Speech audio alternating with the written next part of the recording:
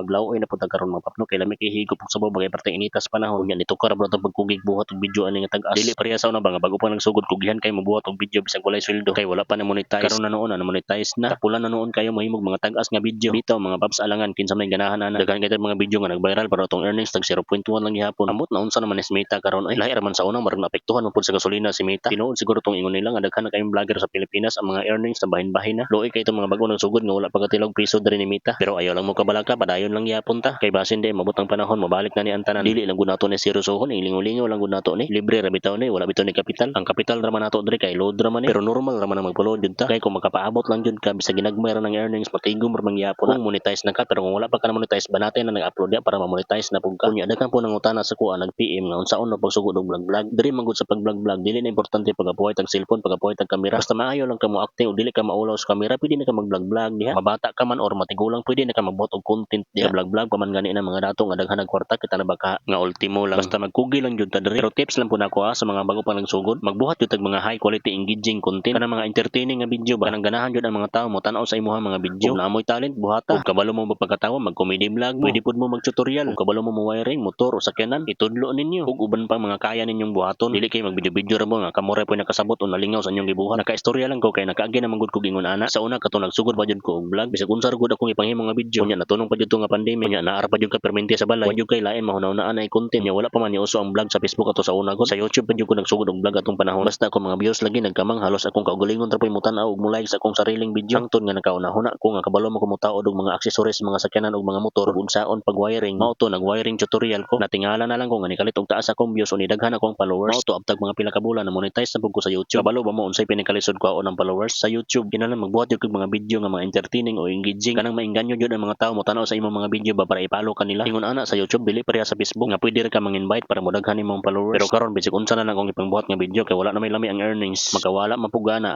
o pila ra istorya.